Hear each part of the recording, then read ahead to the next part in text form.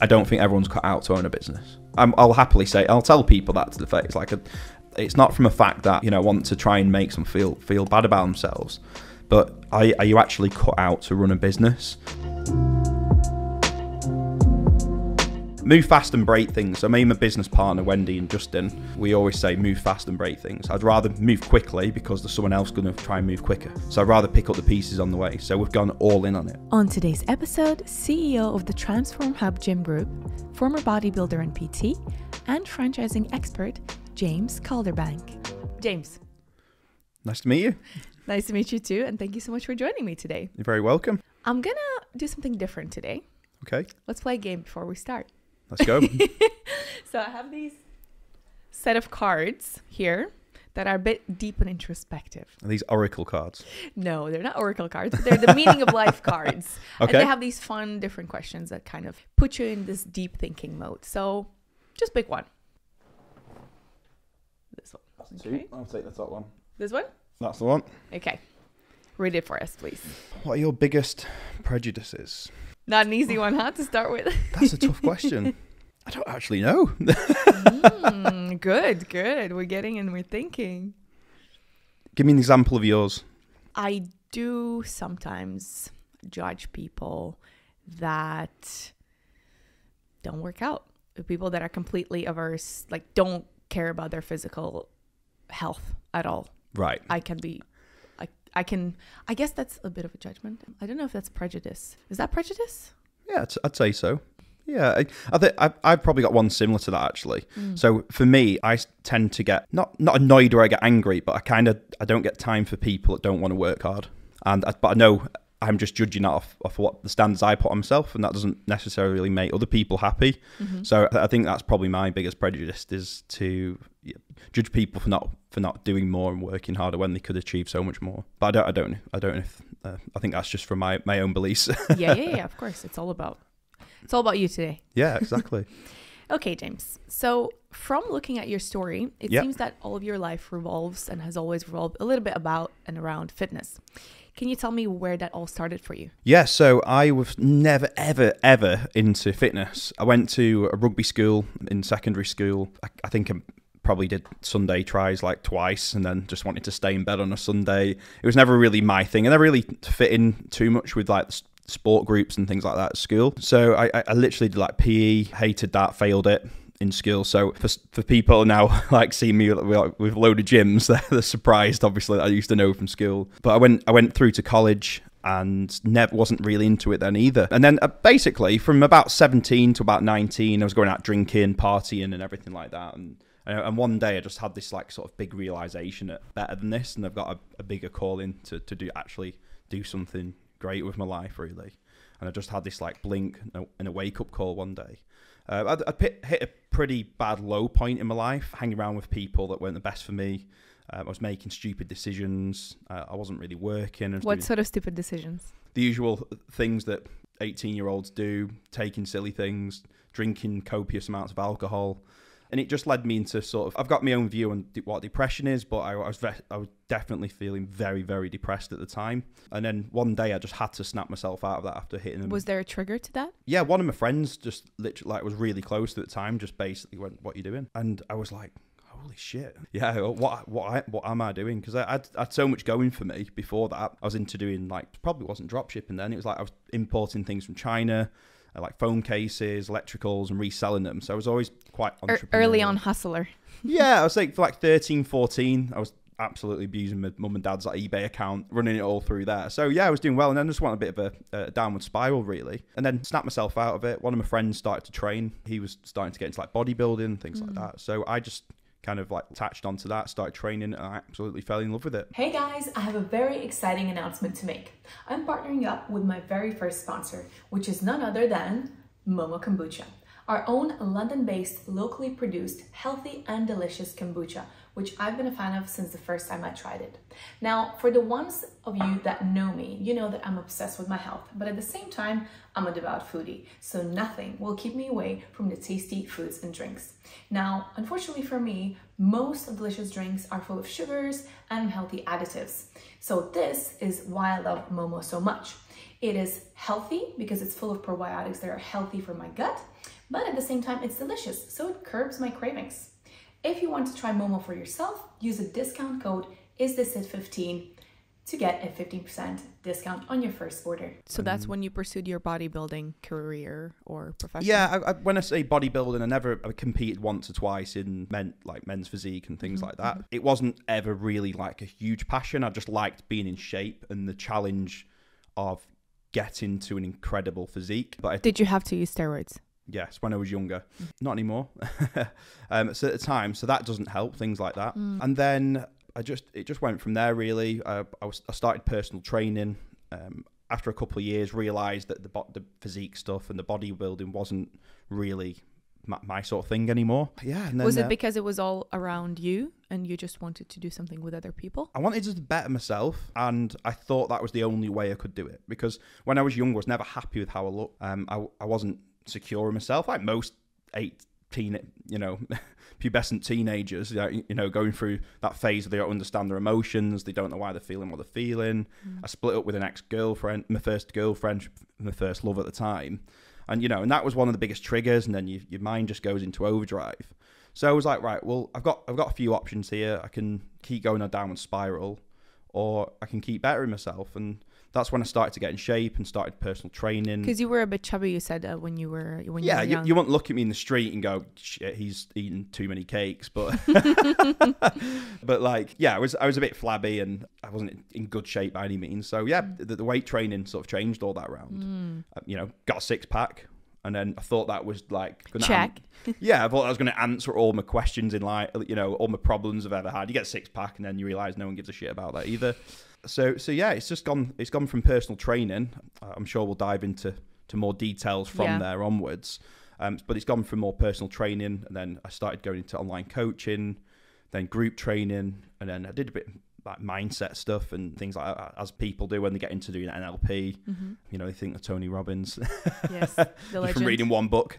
And then so I started to get into all the mindset development and stuff like that, and then the bodybuilding and physique stuff just phased out, and yes, just stopped really caring about that, to be honest, and I just train because I enjoy it and I love staying in shape and feeling healthy now. So you were doing personal training for 7 years? Correct. And what was the point where that shifted into you thinking, okay, I need to scale this and I need to make this a business? That is a really good question. And someone asked me that the other day, actually. So yeah, it's fresh on the mind. It kind of, in a way, happened by accident. I realised I was doing about 180 hours of one-to-one personal training a month. So I was still living with my parents in my early 20s, mid-20s. I was probably taking home 6-7K a month net, so that was my salary. I had all the nice cars, I was just spending money on stupid stuff, popping balls in the club and all that sort of stuff. Gotta go through that phase. Yeah, I went through that phase, getting the watches, the nice cars and things like that. I just had this realization that, oh my God, I'm getting up at 5 o'clock, getting home at 8 o'clock every night, and I'm literally, it's all me. Every time I wanted to go on holiday, I'd lose my income for 1 to 2 weeks, depending on how long I went away for.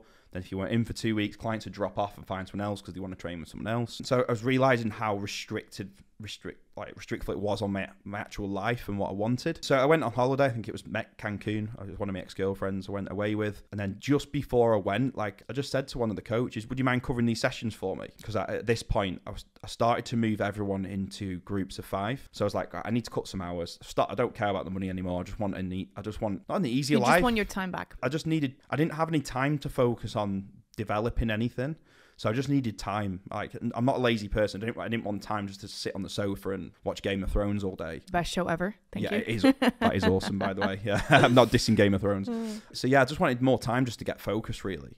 So I moved everyone into groups of 5, reduced their hourly rate down by 2/3, but then I put more people in one. So I was making, I guess that's why they accept it as well, because if you say, oh, from 1-to-1 you're now going to a group session, they might rebel, whereas if you cut the price big time, there was a little bit of that.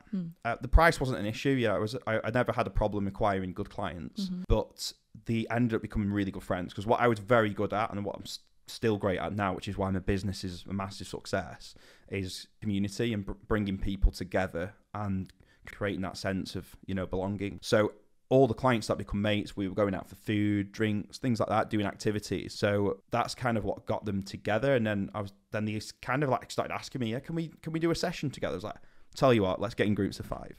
So that went really well. And then it took a lot of stress off me. They kept each other accountable.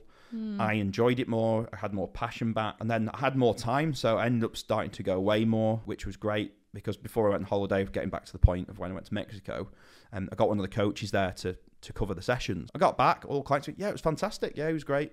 I think the lad was Tom, I think it was at the time. Everything went really well. God, this is great. So I started doing a bit more.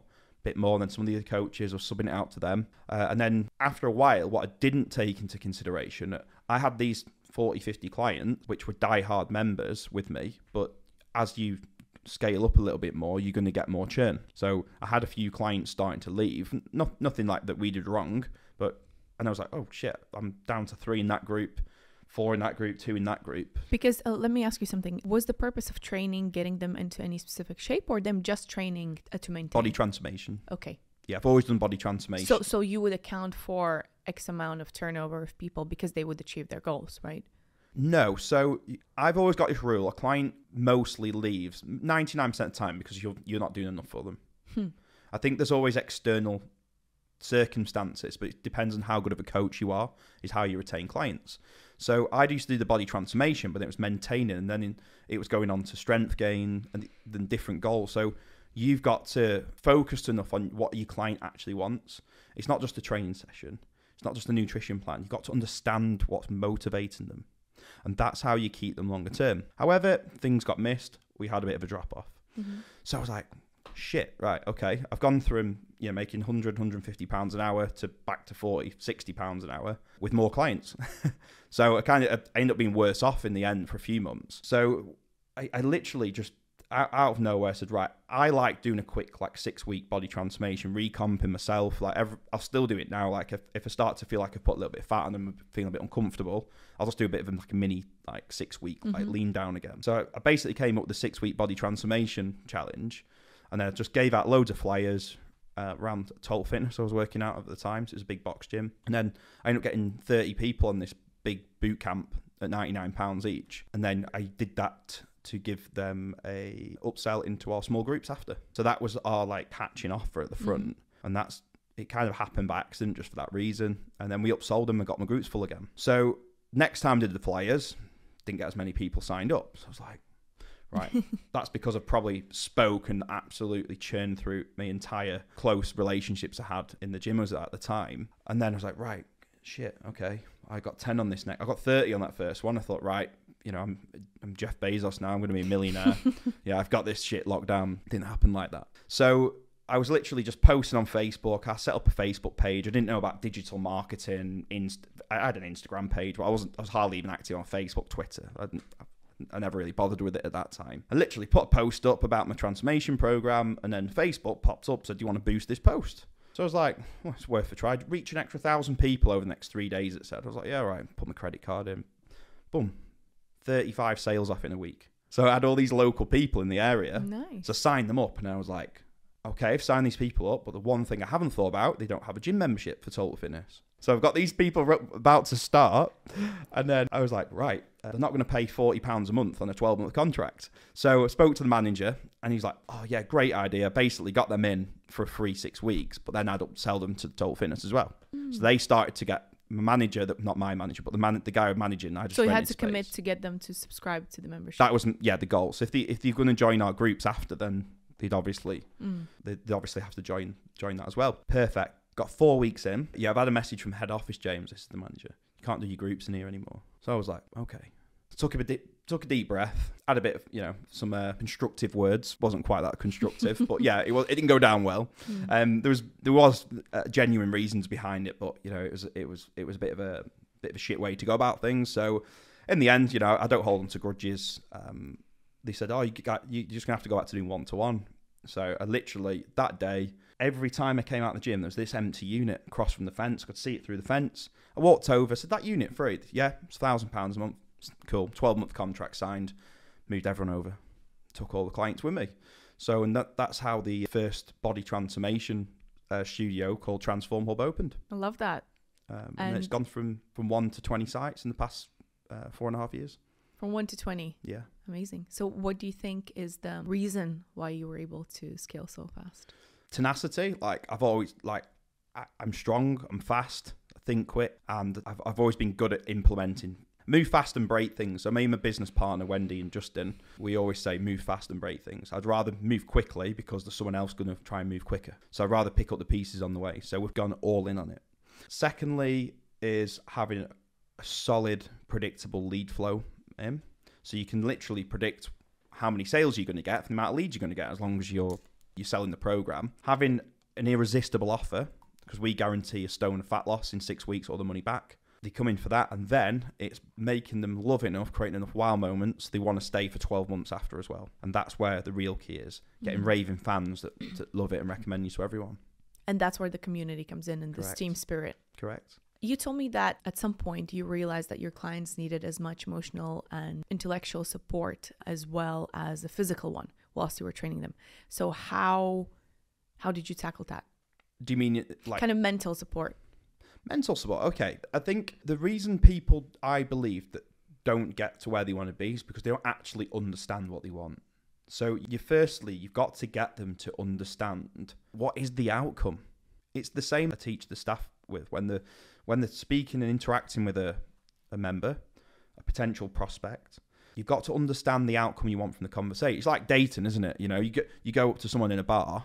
You don't just talk to them and leave. Like, you either want to go home with them or get the number and carry on chatting to them. So you got to know what outcome you want. So you got to understand the outcome you want and they need. And then you've got to reinforce it, set the expectation, and then follow up. So the key from a mental point of view, and I'm not talking about just ongoing support here, the first thing, you have to get people razor sharp focused on what they need.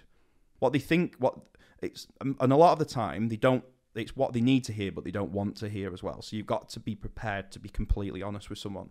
So once you've got enough trust with them and built enough trust so they open up to you of what they want, then it's keeping accountable to the action plan. And if someone's having an off day, it's making sure that they trust you enough that you understand. So if they don't feel like you understand, you're not going to get anywhere with them. If there's no trust and they just think you're preaching and telling and not actually supporting, then you're not going to help them. So how do you make sure that you give them systems for sustainable body, physique, goal accomplishment? Good question. So there's a lot of aspects to it. But to summarize for us, it's personal training, nutrition, and accountability. It's a bit of a three-pronged attack that we go for. That's the 3 pillars that we live by ultimately. Because oftentimes people just sign up for the gym, they randomly go, maybe they have a PT, but more rare is that they also get a nutritionist, and almost never they have that accountability. Yeah, it's a good question. So what they basically get is every time that they're in our gyms, we don't call them gyms, we call them the hubs because it's far from a gym. But every time they're in with us, they get a personal trainer. That's the first thing. So every time they go in, they're going to know what to do. No matter what their ability is, they're going to have someone that's taking them through the whole process. The second thing is the nutrition programming. We do all the nutrition programming. The meat eaters, vegetarians, vegans, whatever they're into and what their values are eating, we work around that as well. They handle the food diaries into us every week, whether that be on MyFitnessPal or some people like to do it on paper. They'll come put it in the tray after they've done the measurements with us every week. Then depends on what's happening with their measurements, we'll then look at their food diary and go, these are where you're slipping up. This is what you're doing really well. This is your focus point for next week. So literally just give them one focus point a week to work on. So is it mostly people that are overweight, or is it people that are also very much in shape? I'd say 80% is overweight. So if someone wants to come to us to get shredded for a photo shoot or Ibiza, or probably not going to be a place, and we'll tell them that over the phone. We won't sign anyone up. We have like a system, a checklist of who can actually a 10 NOD program, because we have an 80% success rate on our 6-week challenge, and our success is deemed off a stone of fat loss or 6% body fat loss. So if someone's super skinny and lean, you wouldn't accept we them. don't want to kill them, you know. But we would accept people, but they need that want to just get fit and keep healthy, because we're mainly working mum and dads 35 plus. We will take younger people on, but our vibe doesn't kind of attract it. The better off going to places like 45, where there's a bit of a younger vibe. And why did you choose that audience for you? Because they need the help the most. Can you elaborate on that? Yeah, so kind of, I'm a bit of an older soul, so I've always had, even when I was younger, quite deeper conversations, and I always struggle to have that with people my age. Not now, like as I'm getting old, people get wiser, don't they? But when I was younger, I could never really have any intellectual conversations with a lot of people my age. I'm not saying there's not anomalies, but can relate. Yeah, it's quite difficult to do that. So I always find that I have friends with older people. I don't mean people in the 60s and 70s and 80s, but that I was always a bit ahead of my years, really, from an emotional intelligence point of view. So I always had really good conversation, and I understood people well. So I kind of just attracted in a bit of an older crowd, really. And then because made all my education around mums, dads, ladies that are going through menopause, that have just had children, people that have abandoned themselves for 10 years. You know, that it ended up becoming my job, and that's why I got such a good reputation in the area in Preston when I first set up, because of the amount of help we gave to people. So that's the reason why we target that market, is because it's a very overlooked market. So it's a great business model because not many other people are targeting it. But from a fulfillment point of view, you know, we're helping 4,000 people a month at the moment. That's incredible. That's amazing. I remember you said also that at some point you realized that in your town it was the highest suicide rate for men in the country. Blackpool's the town right next to us is and then I think Preston's like the second or the third as well. So Blackpool, literally like 10 minutes down the road from where I used to live, that's got the highest suicide rate in the UK. Why do you think that is there? In men? I think it's quite a working class town originally, and you've got. I don't think we've moved in these areas. You've not moved up the times quicker, because I think the middle age category, like my mum and dad's age, they tend not to talk about the feelings a lot. It's not normally don't know how, they've never been educated on dealing with their own emotions and the fact that these emotions are actually normal. So I think you've got a massive thing. I think it's an epidemic that people are not, they're not self-aware enough to realise that they're going down a bad route and they don't know a way out. You know, it makes a lot of sense, because if you describe this sort of person, they probably wouldn't be the type of person that would be prone to go to therapy, because they would think that's a bit, out there or maybe out of the budget, but maybe they would be more likely to invest some money in the physical exercise. Yeah.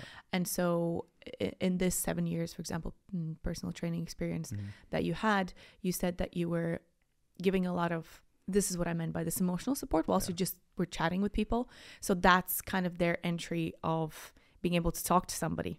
Yes. And then, of course, when you introduced the group training, then they had access to even more community, even more potential new friends. As you said, maybe they had a family, they had kids, so they had neglected their friendships. So all of a sudden, there's this community that they can connect with and share experiences with. I think women are a lot better at talking about emotions and problems more than men. Men bottle it up, ego, alpha, we don't need to talk about our feelings. I think there's a time and place for that, and it's not all about just complaining, not doing anything. Action has to come from it. But that's why the first site we set up, we had men in the morning, ladies in the evening, to try and keep that separate sex camaraderie, because it's it is the culture is very different between a men's gym and the women's only gym. So what we did was, as we grew quick, literally 6 months later, we moved all the ladies to another site. So we opened our second site in Preston, kept the men at the current one. Because you found that actually works better in terms of results and the feeling, the feedback? Yes, it does. But there's some logistical business problems that came with that as well. So we'll get onto that later when we do more business stuff. Yeah. But so ultimately we end up having these men's hubs. I reckon we could count at least 50 people across all men's hub sites. So if it wasn't a men's hub, we wouldn't be here anymore. I've probably spoke to 6 or 7 in person myself, and it has saved a life. So Jed, one of our franchisees, he's now got 3 men's hub sites with us. He was a builder, he's doing all right for himself. He had a couple of lads working for him. One day he woke up, he's like, where's his son that I got for school? Went in, his son was dead. in bed. He was 12. I think he was 12. Wow. So this is Jed's story is incredible, and he went onto a massive, downward spiral, drinking every night in the pub, and then his brother was coming to our men's hub at Preston, Chris, and he was trying to get Jed, come down, do it, it'll do you good. Anyway, finally winged him into coming, and it completely changed his life. It's never going to bring his boy back, but what it is going to do, it's forever, help keeping him focused, and it got him out of a downward spiral. So it's stories like that he went on to become a coach, sold his business, and then ended up setting up he was our first ever franchisee. So he was like, oh crap, we best get some legal agreements drawn up. It was just a bit of like out of the blue thing after lockdown. Yeah. And then he's got 3 sites now, and he's helping 500-600 men every month. Wow. So talk to me about the franchising part of your business. Yeah. It seems that it's a crucial, integral part of it. So how did that idea develop? Why was it important? And how is it progressing? Okay, so from a business point of view, I think we were going to lockdown, and we had 2 sites and 1 being built. So we'd started to scale a little bit, and then we went into lockdown. So it was like, holy shit, what are we going to do now? And then it was a tough first 6 months, I'd say. But we were very lucky because we'd been quite frugal, and we hadn't spent a lot of money. We hadn't taken silly dividends out. We weren't that big of a company anyway, but we thought it was a lot of money at the time. It's not to us. It's not now. But we basically had enough cash reserves to support everyone. Then furlough came in, meant we could pay all the staff. A lot of our clients kept paying doing our online program we put in place. So we were breaking even. So we weren't really like churning much cash. I just reduced my spends down a lot myself. And then a lot of other gym owners, unfortunately for them, weren't in a good cash position. So we started buying gyms out, flipping them around, putting our system in, off we go. So we took a big gamble. We bought about 3 in the first year of lockdown. But how would you get using them? Because if it was that lockdown, was the risk we took. Oh, so you would allow people to actually come and... Yeah, we didn't at the time. Okay. But at the time the paperwork had come through, we had a little sniff that lockdown might be coming to an end. And we opened one for a month. Okay. So we did some partnerships. We bought some others completely out for like next to nothing. And then we sort of took it by the balls, and it's not going to financially break us if it doesn't go under. So we just took a bit of an educated gamble, really. And then I approached Jed. So, what have you thought about a franchise? He's like, oh, what's one of them? So like, McDonald's or KFC, Subway. You pay for the system, and you get the branding and support. I'm on it. Let's give it a go. So we give Jed we give him the what license do they call it? It was like a trial license for just a 12-month one, because in franchising you have to give a 5-year license minimal. Usually that's the kind of done thing, but it was like a test pilot franchise. So Jed got to 100 members in like 6 months, and then the rest was history. Everyone wanted one then. Okay. So it was all the members that loved what you were doing? Some members. Yeah. We've had other gym owners that have converted into our franchise. We've had people that have just come out of the blue off our website. So we've got quite a lot of members that have done it. Other gym owners or people that have been PTs then wanted their own gym, but they didn't know how to do it. So what kind of ROI is a franchisee looking at? So it depends on how many members you get and how long, but let's just go off an average. So if you get to 100 members in the first year, you're probably looking at 30% net profit margin a year. 200 members, you look at 40%, 250 members, 50-60% net profit. And that could take 2 or 3 years to get to. The very cash-rich businesses.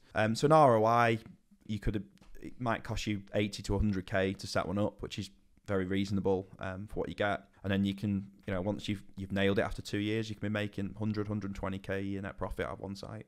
Fair play. So yeah, it's good ROI, especially when you've got a couple of them going as well. And they're so scalable as well, because once you've got a good team in, you're not to do too much management. And obviously you guys help already with the systems, with the marketing, and with all the kind of hand-holding.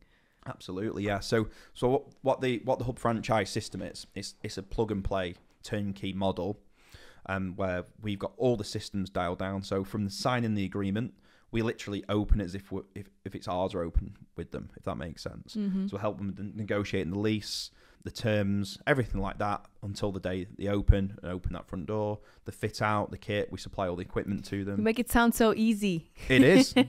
So what are the common mistakes that fitness businesses, gyms make? There's a lot.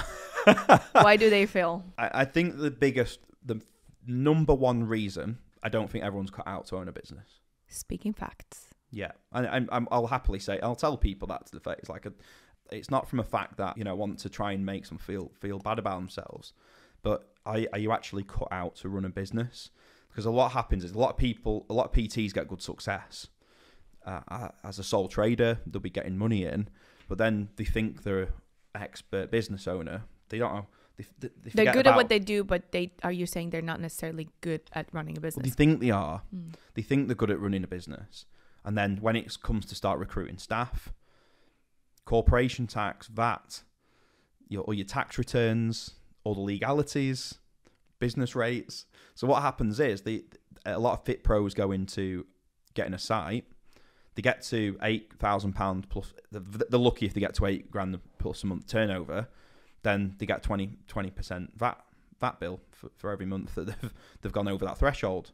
So they've been buying these blingy watches, but then they owe the VAT man 50 grand. Okay, and then that's the first step. They'll take on a staff member, not keep them accountable as like a sole trader. A lot of the time, if they're pretty good coaches, they'll screw them over and take clients. So they'll lose half the client base overnight. Is there a solution to that? It's being a good leader. Then understanding you got a better model and making people want to work for you and come on the journey. Because if you can't inspire someone, why would they want to work for you? They're going to stick around while they need the cash, and then as soon as they get a better offer, off they go. So we employ all our staff, full-time salaries, payroll, pension. We pay 30% above the average. We really look after our staff. We mentor them, and people want to work for us. I'm not saying everyone. Some people come and go as normal, but the vast majority of people love to stay with the hub, and it's great. It's been able to lead a team, you know. And the problem is that if you're not being a leader and stepping up, people will walk over you and take the piss. So how do you become a good leader, and how do you grow at a pace that your business grows if you're scaling quickly? So you won't scale quickly if you're not a good leader. That's the first point. So you probably won't make it past one site. You might open the second site and it'll go kaput. So what makes a good leader? You got to follow through with what you say you're going to do.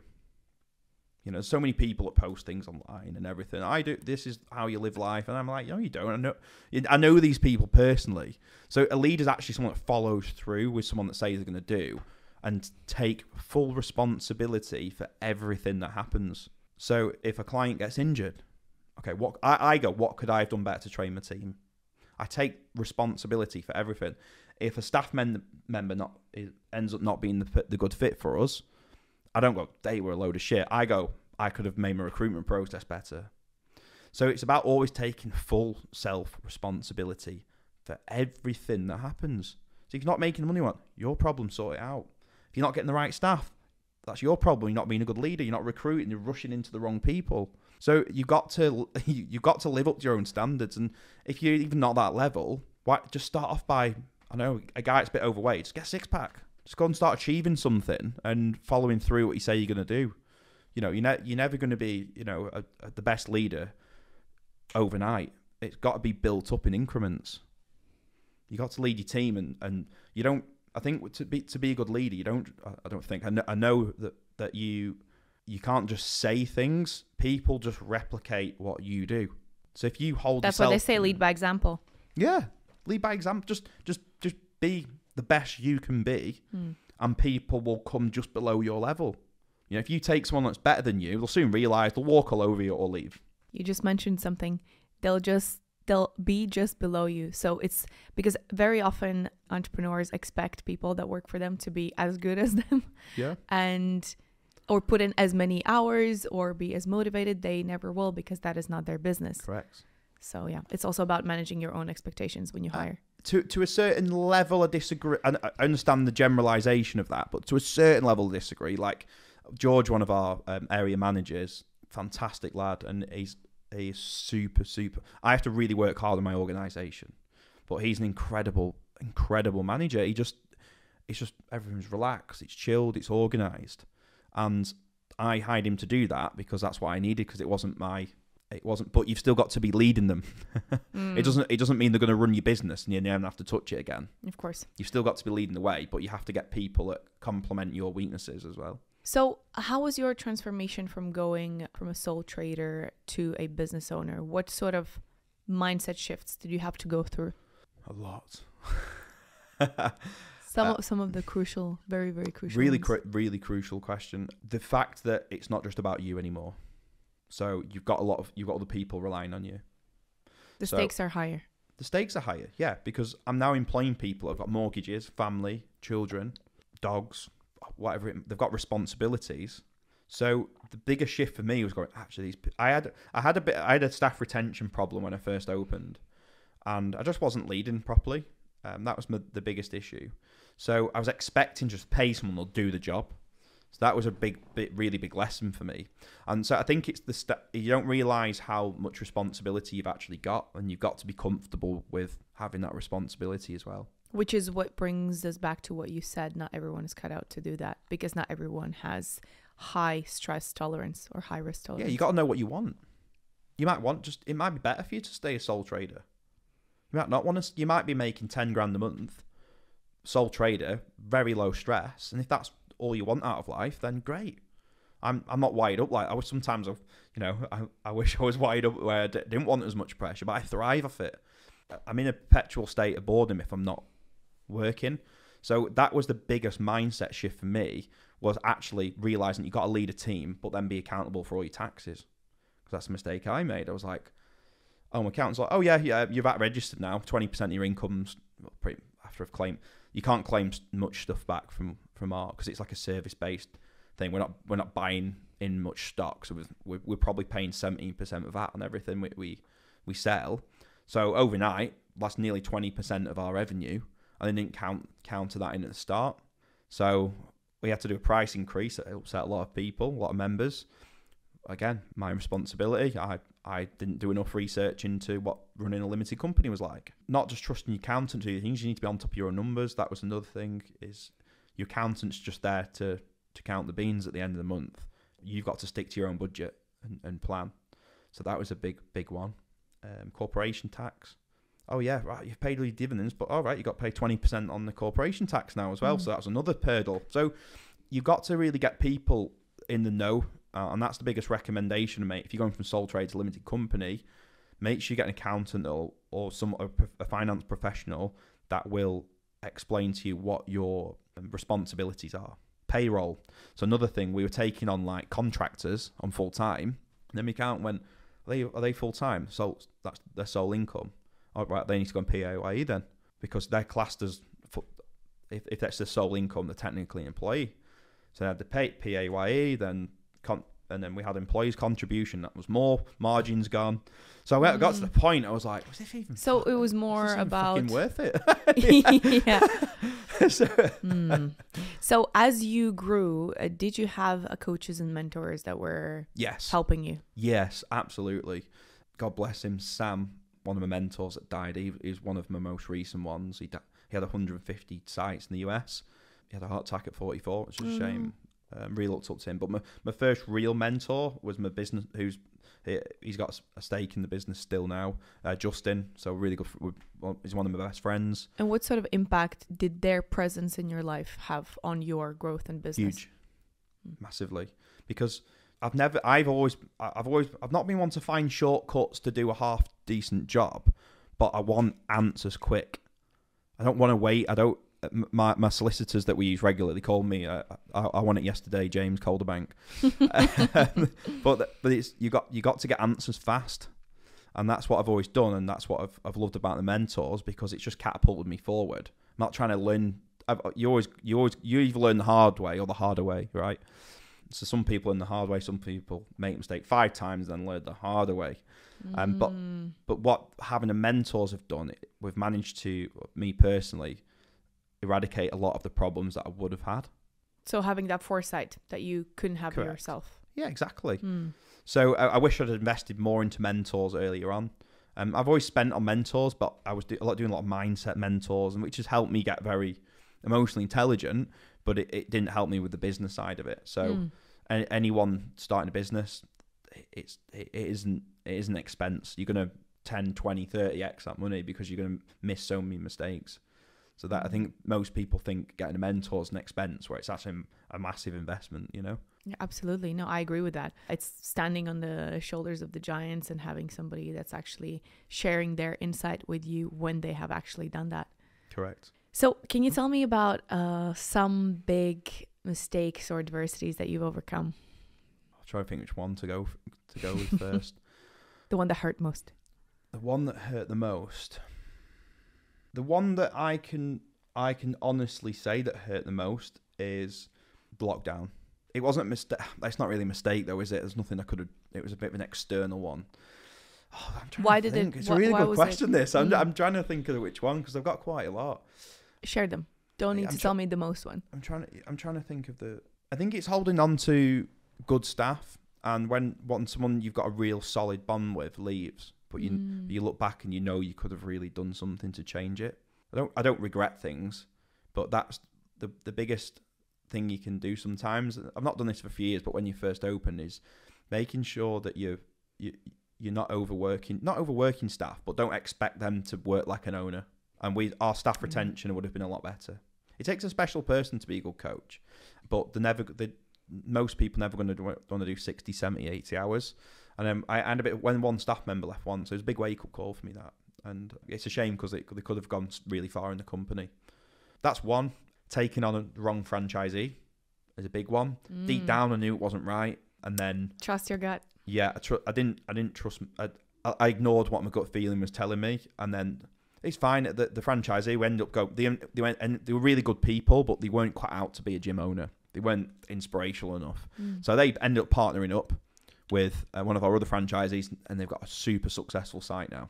So it ended up really well. I think. So I think I've made a big I've made a big change on how I go about recruiting franchises and what I'm looking for. So we've literally got an avatar of who we don't want and who we do want now. So we just literally pick the best bits of our best franchisees, and then we pick the worst bits from franchises not done as well and staff that haven't done as well. So we've literally got a perfect avatar of who we want now. So that was a really hard lesson. And then also, what's another one? Going back to me personally, and this is going back to when I was like 17, 18, just pick yourself up and don't talk yourself down. When I was a lot younger, I used to get myself into a real head pickle and not trust that I could find my way out of it. And that's when I had that realization that one day that need to change. So you've got to just take massive action and pull yourself out, because no one's coming to save you from your own thoughts. So that's the biggest thing for me, is every problem that I've ever had is a me problem. And 99% of things I could have dealt with that if I'd just been a bit more perspicacious about everything that's going on around me. If I'd just been a bit more in tune with myself, I could have avoided a lot of my problems and not been in self-denial. You know what they say, right? All the world's problems come from men not being able to sit in a room quietly alone. Exactly. But now the most favourite thing to do is sit on my own. I love it. I literally sit on my own, chill, put my phone away. Isn't it fascinating that usually it's a problem when you are not in control of your own mind space? Correct. Because that's when it becomes extremely... My mental health, I'm not a depressed person, but it definitely takes a dip when I'm procrastinating. So you've just got to deal with things. The quicker you deal with them, the quicker you can clear your mind, the quicker you can get on to the next thing. So what's your arsenal to deal with things quickly? How are you able to do that? So this is a really good question. The best thing I ever learned was when I was doing my journal in the morning, gratitude list, wins, to-do list. Someone said to me, James, that's just bullshit. And hear me out. I don't think it's bullshit writing what you're grateful for down. I think it's a really good exercise. But the first thing you should do at the top of your journal is write down what you got to deal with today. What tough conversation you got to have. What problem you got to tackle. And this is where business owners especially go into a mental health dive and become depressed and feel depressed because they're not dealing with the problems. They know they've got a staff problem. They know they've got a retention client problem, but they don't want to deal with it. So I just go, right, what do I need to deal with today? Done, dusted. Doesn't feel good. Doesn't make me feel happy, but you got to do it. But it makes you feel happy afterwards when Correct. That's off your table. Exactly. This is very, very valuable. And I always say action is the ultimate antidote. Yeah. Every time you try to solve the problems in your head instead of in real life, you get overwhelmed, you get anxious because you're literally trying to do the impossible. Yeah. Very true. So you actually won the Young Entrepreneur of the Year title in 2018 from the Federation of Small Businesses. Yeah. How did that impact your business? It gave me more confidence. I can't say anything came out of the back of. I'll be completely honest. Nothing came out of the back of it from an opportunities point of view. But I'll go, actually, I'm doing all right here. People are recognizing what I'm doing, and it just gave me that. The validation helped you propel yourself further. Yeah, it validates. It validates you. Yeah. And you also now recently have secured £1 million investment from AJ Bell. How did you do that? Where did it start? So I love cars. I love driving. The right place, right time networking, is it? Correct. You know where this is going. So I always wanted a Lamborghini Huracan Performante in white. That was specific. I knew exactly what I wanted. So I hit a level of success and I went and bought one. I was literally like, do it. Congratulations. And then I got it. And then you drive around for 3 months and then you realize you just, happy for having it, but it was still an amazing experience to go through the buying process and the unraveling of it when you go in. It was great. It was a great experience. But then I got from the driving events that I went on, met some wicked people. So started to network. People. I met some VCs, venture capitalists, met some private equity investors, and then, to be honest, I kind of don't know where it came. I didn't realize I didn't really need it at the time. And then I met a chap called Max who owned an investment company. He sold his business for 200 million a few years ago. So he's obviously got a massive pot of money to invest. And then I was in talks to those for about 5 months, and I was just kept putting it on the back, on the bench, because I was like, dude, I don't really want to give any of my company away. They were great guys, and I was like, what skills can they bring? Is it just the cash that I need? And then I ended up declining that offer because I met one of the owners of AJ Bell. So I got a house I didn't know it was him, but I got a house next door to him. And then we invited me in he's got this wicked bar, Irish bar in his house. It's huge. I don't just mean like a little bar. It's a proper bar. It's incredible. So we went round. I think we probably had a pint of Guinness or whatever it was. He's Irish, Fergus. We just got on really well, and just I think it was just talking to them and up level. It just made me open my eyes to a lot more. They're flying around in helicopters, private jets, and everything like this. They were really down to earth. They are really down to earth guys. So after loads of to and fro-in, we got an official valuation on the company, which ended up being valued at 2.5-3 million, something along those lines. So we got the evaluation in, and that's when we could start to talk more numbers. And then I was like, what are we actually going to use the money for? That was the next thing. Because we're in a pretty comfortable position. But I was like, right, there's a lot of negativity in the economy at the moment. That seems to be disappearing, but we'll talk about that. Yeah, we started talking about all the economy and stuff like that. And I was like, we could scale this so much quicker if I just had more resource. I've always wanted to have a bit of, not a comfort blanket. I don't really believe in a comfort blanket because I can always make money. It's not a problem. But I think we got to a point where I've got 30, 40 staff now. I was like, there's a lot of people relying on us. I thought it was irresponsible keeping open all these sites and letting the bank account deplete him, because they take 6 to 12 months to start generating decent enough profits to replenish that. So it's like we could scale quicker, get the money in, and I'll feel a lot more confident. We can do some bigger investments. So a big one for us was I didn't want to keep using the supplies we use in the UK. I wanted to get our own kit custom made from China. So we've now got the money to spend on all that sort of stuff. So it just started to open my eyes a lot more of what we could do with the money. So yeah, in the end, we shook hands and got the deal through. So I kind of didn't realize I needed it until I didn't need it, but I didn't realize how much more use that money could come in, because I've then got this pot of cash and go, oh yeah, we can buy that and wait 6 months before we need the money out of it. We can buy that stock, we can do this, we can do that. And then, yeah, it's just made things a lot easier. What about the risks of scaling too quickly? Have you taken those into consideration, and what those are for you? Yeah, so we've definitely, the risk that you face is internal collapse, where you don't have enough good leaders in place. And the scaling, that not necessarily with the franchisees, but our corporates, they definitely could have done better if we'd just had 1 or 2 sites, but that comes with scaling, and we didn't realize the problems we'd faced until we did. So we started to scale the corporates a lot more, and then the members weren't getting as good service as they could have. We always deliver a great service, but we could have just, that extra 5% would have made all the difference. So that definitely, and then the staff retention, wasn't personally putting enough time to mentor some people.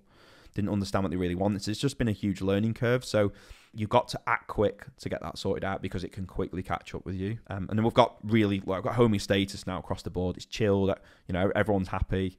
And yeah, we've got a couple of sites opening soon. So that the biggest risk is a leadership collapse. So how do you ensure that there are enough leaders in the company, or does it only need to be you? No, there's got to be leaders. Everyone's a leader to some sort of degree, because on the org chart you might have me that's a managing director, CEO. Then you might have your COO underneath us. It's like Wendy. So she needs to be lead. I need to be leader for her, and then I've got the area managers I need to be leader for. Then you've got like the senior coaches who are leaders to the junior coaches. So if you get the leadership right from the top down, it just spreads down. Ultimately. So there's not a specific formula or protocol that you follow to instill that company culture or that leadership ethos. The problem is you can't just take people on. They've got to understand the vision, and they've got to be mature enough and work up through the company to understand it, to be able to lead the company.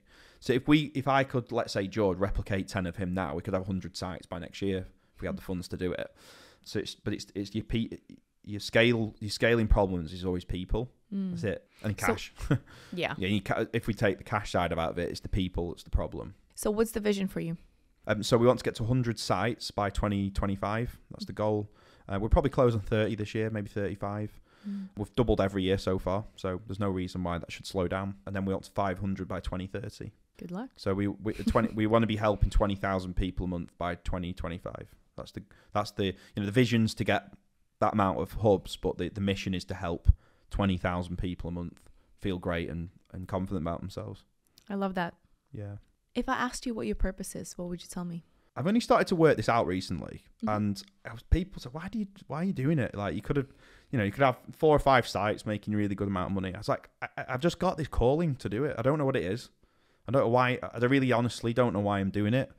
Because I've got all my financial needs met. I genuinely don't feel like a bigger house isn't going to make me happier. More cars. I've done it. It's not going to affect my life anymore right now. Like what more can you actually buy? So from a financial point of view, super happy with that. But I've just got this calling to help people. I want to help fit pros and anyone wanting to get in shape or own their own gym, get financial freedom ultimately, and help people along the way, because that's what's changed my life, and I can make it change other people's lives as well. So following from what helped you the most and had the most impact in your life, you want to share that with others? Yeah, correct. Yeah, probably it's probably just confirmed it even more now just speaking about it. It's not something to speak about often, but it's you got to give back and have a purpose. And I never wanted to own a business that was just about cash and making just money all the time, because I get obsessive with things, but I have to feel good about what I'm doing. So all the things that I haven't felt good about haven't really worked well. So I really love to mentor people to run their business and help their life improve ultimately. That's beautiful. The more people you help, the more money you'll make as well. So the more value you bring to people, the more you're worth. Yes. So people say to me, how do I make more money? So give more value. And this is the part that people don't often think about. They just focus on the reward from achieving the goal that they want, or just the reward generically, and they don't think about the path that takes you there. And often focusing on the path is going to be the quickest way to get you to where you want to be. But yes, it's the notion that the more people you help, the more you will earn. It's just a law of life. Yeah, exactly. So focusing on the right things, focusing on how can you help other people, how can you solve other people's problems. The universe will reward you as well. Like I feel like there's like energy that judges you. So people unlucky, genuinely lazy people in general. I mean, it comes to if someone gets a horrendous disease or that technically is not, that is genuine being unlucky. But from a business point of view and getting the income you want and the life you want, people are unlucky in that area because they're lazy. So I genuinely think the universe will just reward you for hard work. I don't know anyone that's passionate, hardworking, successful that is lazy. Must not be a coincidence, huh? Yeah, everyone that's not got what they want out of life are lazy and they don't want to do anything about it. I'm not saying they can't do anything about it, but they've got to realise that they need to do something about it. Yeah. I don't think everyone's cut out to have a massive empire and a big business, but people can have a good lifestyle if they just work on hard on it. You know? That goes back to having a personal responsibility that we spoke about in the beginning. And a lot of people, I think a lot of people aren't educated on that. That's the problem. Yeah, what I see all around is people really just focusing on the end result, the Correct. rewards, the fruit, but not the process of growing the tree. Yeah. And the time that it takes. But to be fair, it's also how society is built. Like everywhere we just see the ready product. We just see the flashy things. We don't, or now more and more with podcasts, with sharing other people's stories, it's exposed the other part, which is how you actually get there and how tough it is. Yeah. So I think there's even more and more and more space for that. Yeah, correct. To be shared and for people to actually be informed about what it takes to get to certain things. So it's, as you said in the beginning, not everyone is cut out for it. Not everyone has the risk tolerance, the stress tolerance to do that. But they just think about, oh, you know, I want to be my own boss. Yeah. Like about the concept of it. But then it's about educating what does that really entail? And then asking again, do you really want it? And some might. Some people like you, maybe they thrive within this super active, super high pressure environment, and the more responsibility they take on, you know, the happier they are. Yeah. But it's not for everyone. So it's shining the light on the whole picture. Yeah, I agree. And you can always improve. Like you've got to really be honest with yourself. Because people there's wants and wants, isn't there? You know, like people say, oh, I want to be rich and all this palaver. But yeah, everyone wants something, but you're willing to do what it takes. Like, you know, like I might want to be a professional tennis player, but am I willing to put the hours in to do it? No.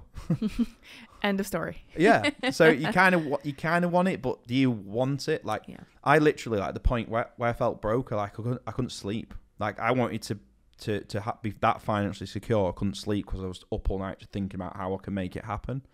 So it was like when I wasn't earning money, it was like someone literally cut my oxygen supply off.